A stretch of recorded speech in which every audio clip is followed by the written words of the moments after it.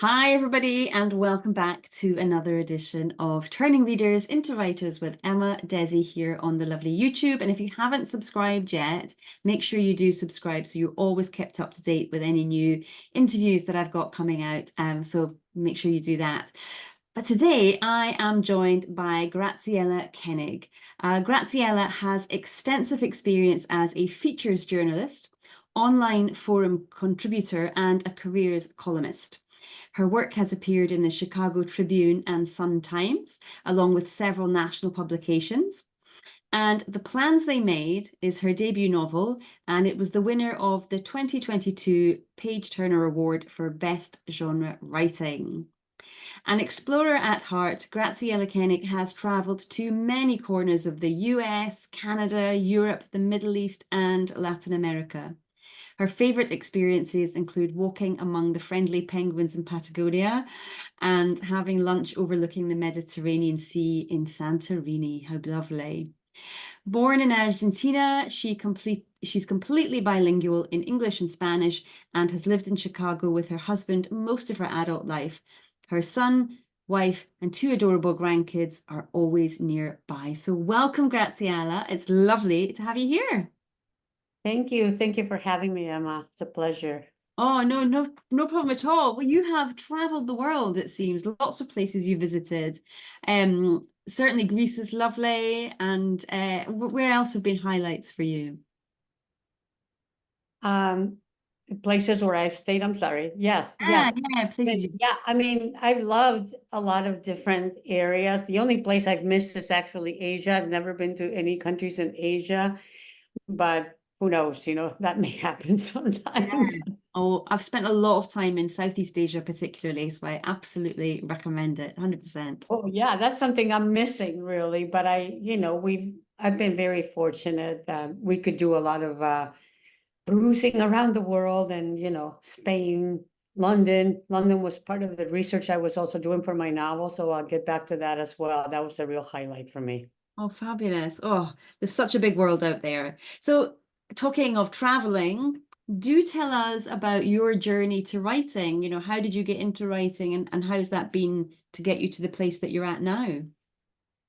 As far as I can remember, I always wanted to write something. I don't know when I decided I wanted to be a writer, but I was always writing something. I am one of three children, three daughters, the middle one. And there's like 4 or 5 years in between us. So it's almost like you were each like little only child. Yeah. So I I wrote about my thoughts. I started with poetry and this and that and little, who knows how many notebooks I had. But at some point in time when I was 17, we moved to the United States from Argentina. So the language changed, and that was a totally different thing.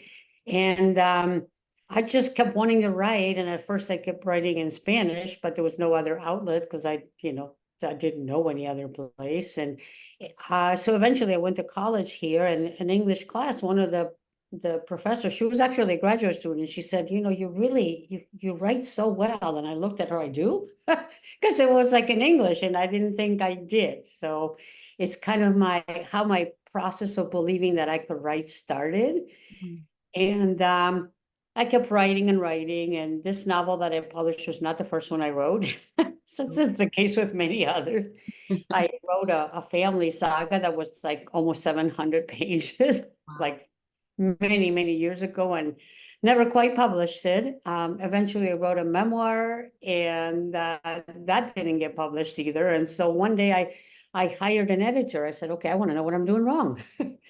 And by the way, her name is Marcela Landres, and Landres, and she was fabulous. I credit her with helping me figure out what I needed to do. And she said, you write beautifully, but you need training on writing. Mhm. So she suggested that I sign up for UCLA Extension. They have a fantastic writing program. And I took several courses there. And in fact, the seed for the novel that I wrote came from a writing assignment in that class. I think that's often the way, actually. I think when we're in those sort of intense environments where everybody's focused on writing, it allows us to really dig deep into ourselves and our psyche and our history and our emotions. And that's where you can get some really powerful ideas that stick with us. I've certainly had that experience in writing class as well. There's something about the environment, about the atmosphere, that it just lets you really kind of get yourself involved in that moment in time. So yeah, I can totally understand. And I think part of what helps in those classes is that you get almost immediate feedback. Mm, And, you know, and at the time I was teaching, working at DePaul University, it's a school, university here, and I was teaching my own students about how to take feedback constructively, which is a huge thing for people in creative fields. You know, you just like don't want to take it personally. But when you have, the idea was, okay, if you have two or three people saying the same thing, that means there's something that you need to fix there, mhm, mhm. or that works either, you know, both ways. And so that's, so you say, oh, this worked, it resonated with a bunch of people in my class. And, you know, and of course, if the instructor said something similar, then you go, yay. For sure, for sure. Yeah. And I'm really glad you said that because when we think about sort of being critiqued, our brains naturally jump to everything is going to be wrong. And so I'm really glad that you pointed out that actually often there are things that are working and things that are positive, and that also comes in a critique session as well. It's not all negative. Right, right. It's all, I mean, and it's kind of funny that I had to really experience what I was teaching my students. So I thought it was really cool. I go, yeah, that stung, but I think I need to do something. And yeah, that made me feel good. And you know, so it's like it's something that I continue to carry because I still have an editing group that reads my stuff. And so it's a really important thing. Just Yeah. learning how to take feedback. You cannot do this without that. No, no, even though it's scary, especially in the beginning. In fact, do you know, I still find it scary. Yeah, it is a scary thing to do, but as you say, it's so necessary. You can't write in a vacuum. And you need that preparation for when the book does go out into the world and you do get feedback from strangers and from press and all the rest of it. So it's an important part of the process. But I think were you teaching writing as well then? You've mentioned that your students. No, I wasn't teaching writing. I was teaching, I was running an internship program. And so it was a career-oriented class. And so basically I was teaching my students to manage their careers Wow. by taking feedback on their performance. So I basically transferred that same idea to the creative moment because their the last project was to come up with a portfolio of what they had done. And before they submitted it, I said, okay, get feedback from people. Mhm. And again, if two or three of the people are saying the same thing, you need to fix it. If two or three of the people say it's good, you keep that. So that was the idea. It was a creative endeavor at the end. It was the final project of the class. Yeah. So no, I didn't teach writing. I had to learn how to write well. I mean, the structure, you know, it was, like I said, I could string words very well together. I was always told that by all my teachers, both in Spanish and in English, that the idea was, how do you make a story work? Mhm. And that's what I had to learn from my classes. Yeah, yeah, it's a different thing. It's being able to craft a beautiful sentence is one thing, but getting that big overall story in place and that structure in place is a different skill, isn't it? In your bio, it mentions too that you're a journalist as well. So were you writing nonfiction as you were writing your fiction? Yes, that was, it preceded that. I had written for the Sun-Times and the Tribune, different times, you know, over the years, because those were the two major papers in the Chicago area. And like with writing, I didn't have any specific preparation. I didn't have a journalism degree. But again, you know, I could write well. And so what I needed, it started with the Sun-Times actually had a Spanish language publication for a while. And so they were, at that time, they were looking for people who could write well. And so my editor basically said, this is what you need to do. And I said, okay, I'll do it. So that's how I learned to write, you know, I could do interviews really well and I could write articles. Mhm. And then because I had to go there to the paper, another editor said, you write in English? I go, yeah, I can. So so it's kind of like how it happened that I started writing for newspapers, and then I said, well, I'll try other papers and magazines, Mhm. and I did that very well. It just wasn't something that you could live on, this freelancing, at least I didn't find that. And so I just had different kinds of jobs where writing was always a part of that. And being bilingual and bicultural always was a real part of what I needed to do in my job. So Yeah, yay. So I love that. I did want to just ask you briefly, with regards to the nonfiction, the newspaper work that you were doing, the magazine work that you were doing, did that have any kind of bearing on your fiction in terms of, did it teach you anything about fiction writing, or did you find them actually two separate skill sets and two separate worlds? it taught me to be concise in a way, Mhm. and to meet deadlines because I did that first. Yeah. And obviously, in most of my cases right now, the deadlines are self-imposed, but I had to meet deadlines, when I hired an editor, it says, I want to see your, and I had published a nonfiction book years earlier that was called Best Careers for Bilingual Latinos. And I had a deadline for that too. So it was important to do that. And learning how to write within a certain, like I can do a scene now, knowing almost intuitively how long it needs to be, the same way I learned to write my columns. Uh-huh. You just started it and go, yeah, I got it going here and it ends over here. And that I think it's intuitive. I don't really know, how else to explain it, but I think it is, but you learn it through repetition. You've Mhm. done it enough times. I mean, I wrote a column weekly for like 10 years. So you Yeah. do, right? So Muscle memory. Yeah, you just get to know it by rote, by practice. The same writing a novel, I say this all the time. You if you want to get better at it, you've got to practice it. It's the same with everything that we do. So it's just I was just curious about the journalism side of it. I've heard that from other journalists that the two key things that they learn from doing newspaper work is deadlines and brevity. And so really getting to the heart of the crunch of what it is that you're trying to say, and rather than being overly flowery. I know, I know. Well, I'm not one that particularly likes very flowery writing, so that also helps me. So the journalism side has sort of influenced you in terms of that kind of logistics and practical side of it.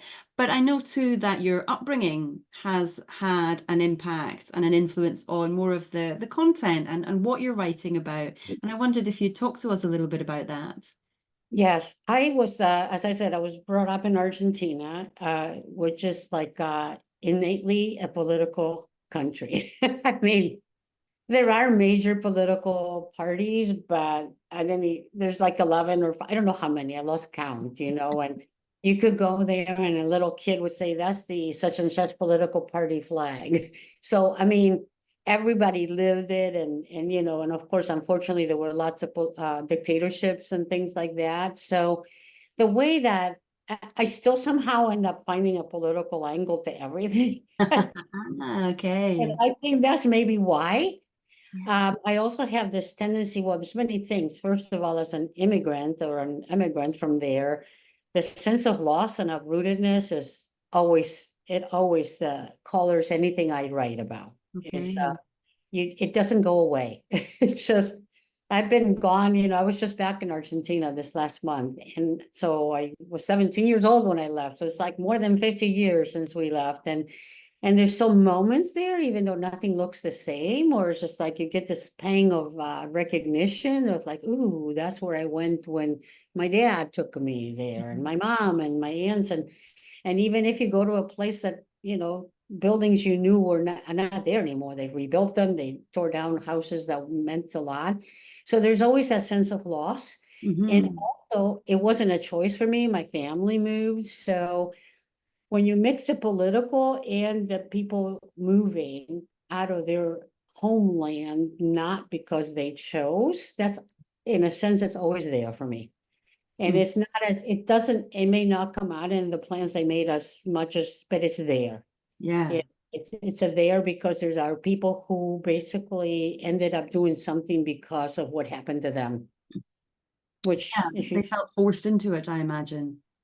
yes, yes. Mhm. I mean, and a lot of, I mean, I'm not an expert on that, but the novel takes place post 9/11, like within 2 years of that. And the only focus that everybody had in terrorism was Al Qaeda. I mean, there's been a lot more since then, but that's what everybody knew about. And if we now look back, you see how many of those people felt, the people who caused these things, and I'm not justifying what they did, terrorism is bad, but they felt dispossessed. They felt, living in a place they didn't want to live.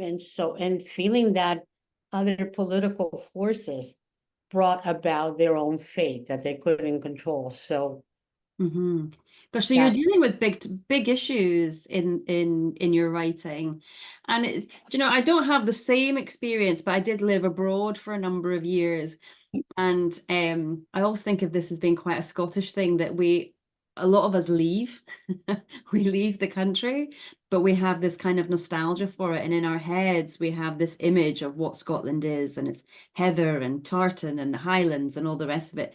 But the reality of living in Scotland is just like living anywhere else. It's got its good points and its bad points.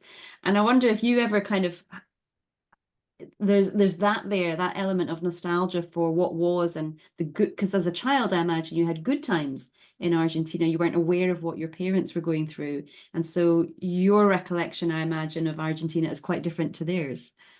Oh yeah, it's just very different, and I mean, my parents are no longer with us, but I mean, when I was 17 and they brought me here, I was so mad at them. It's just like, how could you?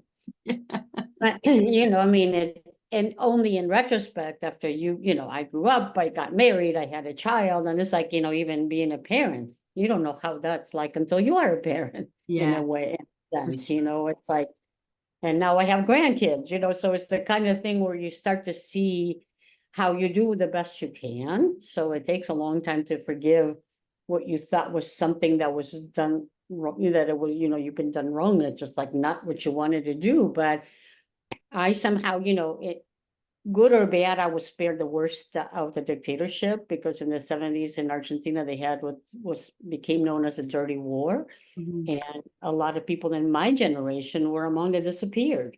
So it's like going back there and saying, do you remember so-and-so? Well, no one saw him again, or no one saw her again. So it's the kind of thing that, it started to happen just a few years after we left. And so was I spared? Would I don't know. You never know what would have happened, but I think that I achieved a certain level of what I did with my life. It's a lot was I wanted to be in control of my life. I Right, think. okay. Yeah, no, that makes sense, from having been ripped out of what you knew against your choice, or not being consulted. And then, Right. yeah, okay, I'm going to take back that control in any way that I can. I totally get that.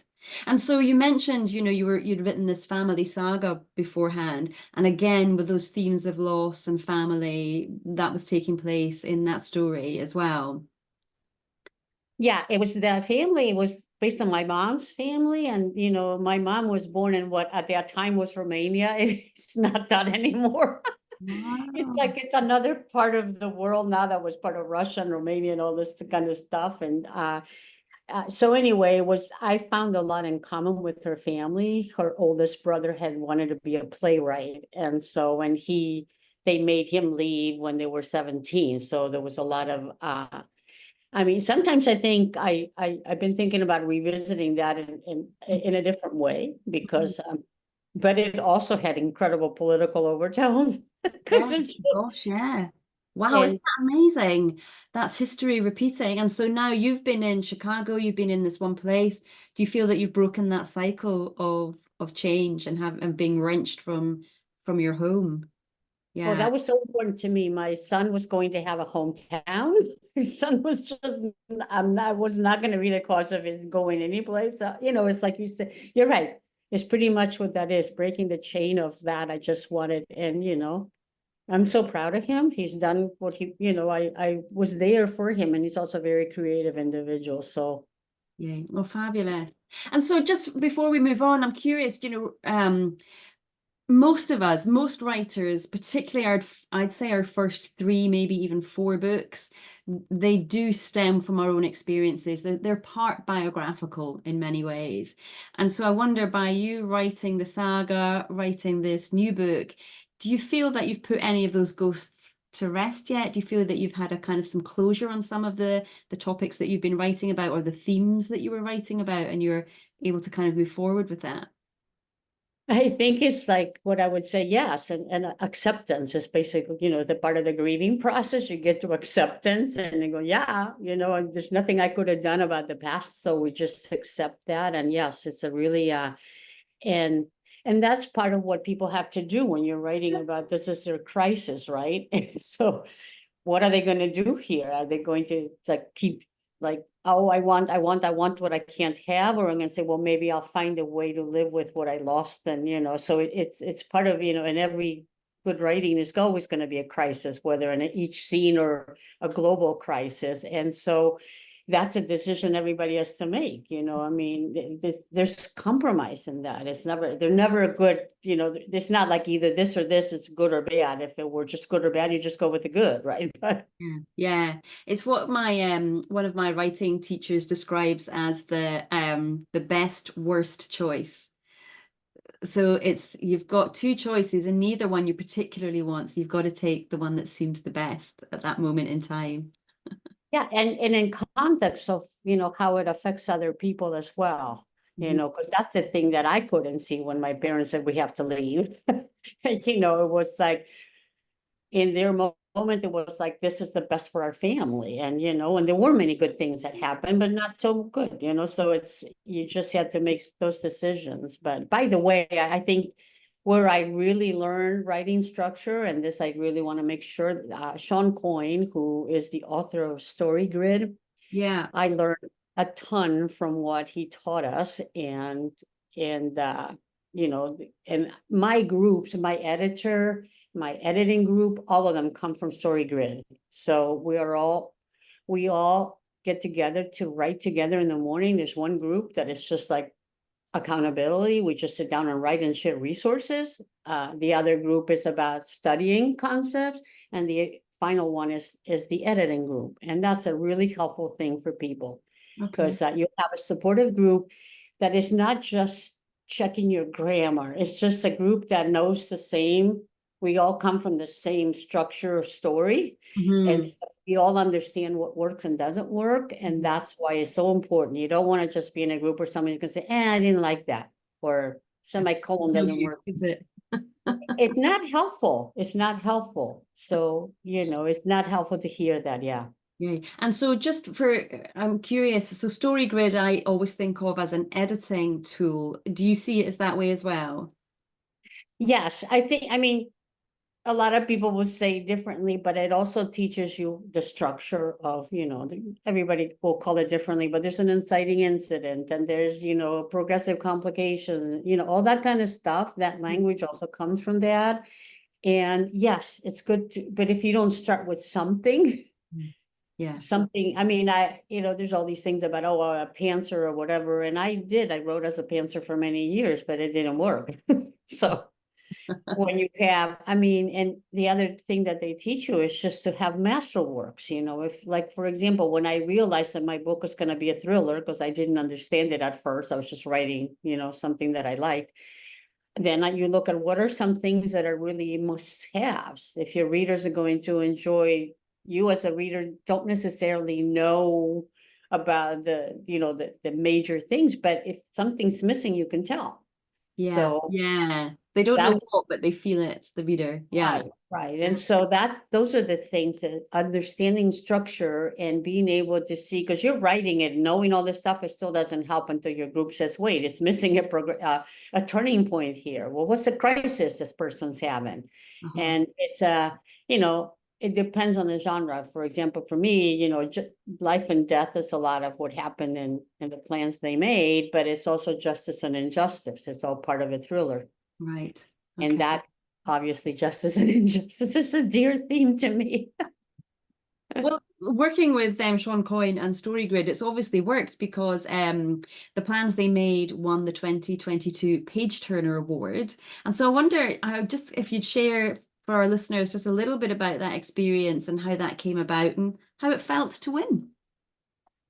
Uh, well, how I heard about that content content was that I used a pro writing aid, which is it's like a grammar and style, and it's now a lot more since AI. They do a lot of other things there, but it was very helpful to me because in spite of having been here in the United States for so long, I still have trouble with prepositions. It's like so it's like I appreciate anything that helps me with some minor things with the grammar.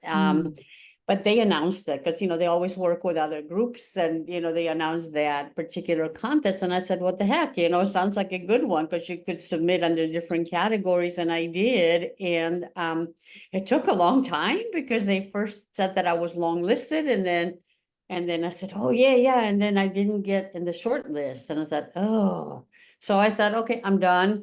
And then I get this email that they want me to participate in the time when you're supposed to be watching, the awards. And I'm going like, why? I didn't win anything. It's like, I really thought. Well, anyway, this Zoom or whatever the meeting was, it's been a while now. It was going on forever and I didn't expect to participate and I had an appointment and I had to leave. So I didn't see the announcement. Oh no, so they wanted it to be a surprise, but Yes. And so I come back and I go away for the weekend. As I said, my son is in a band, so he had a band, and so I went to see one of his shows. And I was telling my friend, I said, I don't know. They said I should participate, but I don't even know why. I missed it. And then the next Monday, I get, well, now you see why you won. And I go, I want one. It took me forever to see that. And so this was a separate category that wasn't like your book, it was just a genre, and I didn't know. I think they randomly picked that. I don't know, but that was so funny that it took me days to find out. well, what a thrill though to know that you have one and that your book's been picked out and that's been appreciated and people have enjoyed what you've worked so hard on. So Yeah. tell us about the plans they made. Tell us about the book and who might enjoy it. I think people who like page turning things and lots of twists, that's really what it is. And when I was writing it, I was just doing this, but that's what I've been hearing from the reviews and from people who tell me what they like the most about. So that's interesting that the Page Turner Award was so. Yeah, it was it was a premonition. Yeah. Yes, yes. And that actually, I got that before the book was actually published. So it was a really a good thing. So the book basically, as I said a little earlier, takes place in London shortly within a year or two after 9/11. And really it's a personal story of this woman that goes there because she's supposed to reconnect with a friend, a long lost friend who had been her best friend when she was young. Mm-hmm. And they hadn't, this is still a time when, you didn't have the instant communication that we have now. So they would write longhand or maybe they would fax something, but even calling someone long distance was considered, oh, that costs money. So you could still be really good friends, but they were not living in the same part of the country. So they decided the protagonist, who's Kate Brennan, she is former journalist who's writing a novel. So there's a little bit of commonality there. And she was doing research for like her third or fourth novel and going to meet her friend who supposedly worked for the United Nations. So, and in London. So, well, long story short, she gets there and her friend, well, she's not answering her calls or, what happened here. So it turned out that her friend had died. So she starts out trying to figure out what happened because her friend's sister, when she's the one who tells her, she's dead, says, connect with this man who is going to help you. He knew her. So the two of them really set out to figure out what happened to Ruby. And that's the premise of the story. And it gets political. So it sounds like, yeah, it sounds like a really good, and from what you're saying, action-packed thriller. So if you like political thrillers and set in big cities, it sounds like that is a good read for you. Yeah, and it's the kind of, and especially if you like something that, is a different, I think London is a beautiful city.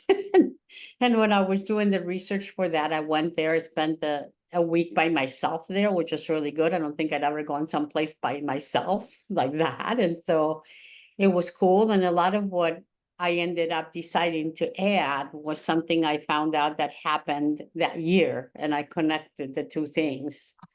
Because I like the idea of connecting historical things. It's not a historical novel, but I think the context needs to be historic and political to mean something to me. Anyway. Yeah. Oh, it sounds intriguing. I'm looking forward to reading my copy. I can't wait. So, So that came out in 2023, I think it was published. And so are you working on anything new at the moment, or are you taking a break? I know I'm working. The first thing I did after I finished, well, after I had a chance just to get back to writing, I wrote kind of a prequel to that, and that's free if you just go to my website and request it.